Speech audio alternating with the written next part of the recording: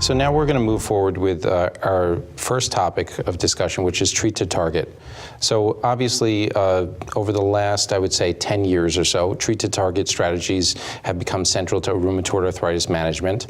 I'd like to first ask John if you could describe the overall approach and its major principles for our audience. So the Treat to Target Consensus Conference, which was held in the early 2000s in Amsterdam, came up with a set of overarching guidelines. Now, central to Treat to Target is the notion, as Jonathan correctly pointed out, of assessing disease activity.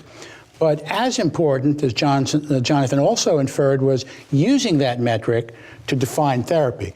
It means nothing to merely do a disease activity measure if you're not going to use it to, in some way, alter or confirm the treatment that you're using. I'll initiate methotrexate therapy at 15 milligrams weekly, or perhaps even higher.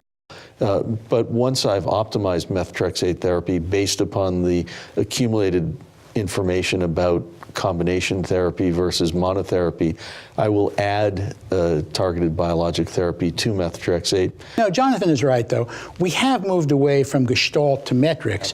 But at the same time, we shouldn't move entirely away from the notion of asking the patient how they are and incorporating that to our fundamental metric that we use to determine therapy. So, Allan, could you give our audience some examples of a case where you might reach for a non-TNF first line? Sure. There are a couple of reasons why I might reach for non-TNF first line, both predicated on the patient's background medically as well as the patient's preference. So let's deal with the background first.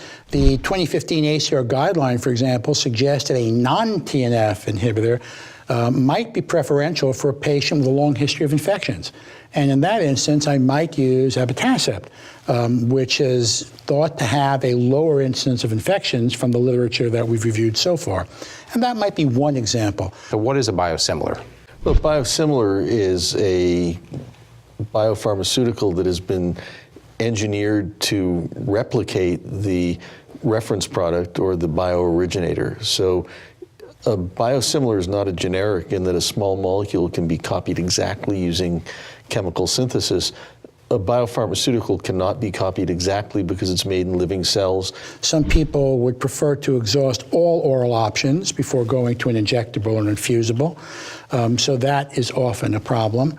I don't have a problem with the treat-to-target approach, but many of my colleagues see it as a legitimate challenge because, as we've discussed, they have time constraints on the number of patients they can see, and for them, even the additional time of doing a total joint count or calculating a DAS28 becomes, if not an impediment, certainly an inconvenience. So I would look closely at their index and middle finger to see if there's nicotine staining, or at their teeth to see if there's gingivitis.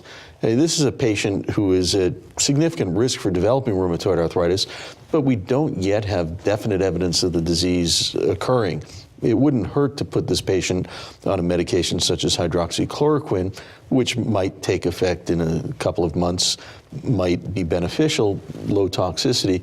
But I would see this patient back relatively shortly afterwards, see them early in the morning so that I could detect joint swelling if present, and I might have a colleague who performs musculoskeletal ultrasound look with powered Doppler to see if there's evidence of increased blood flow in the synovium.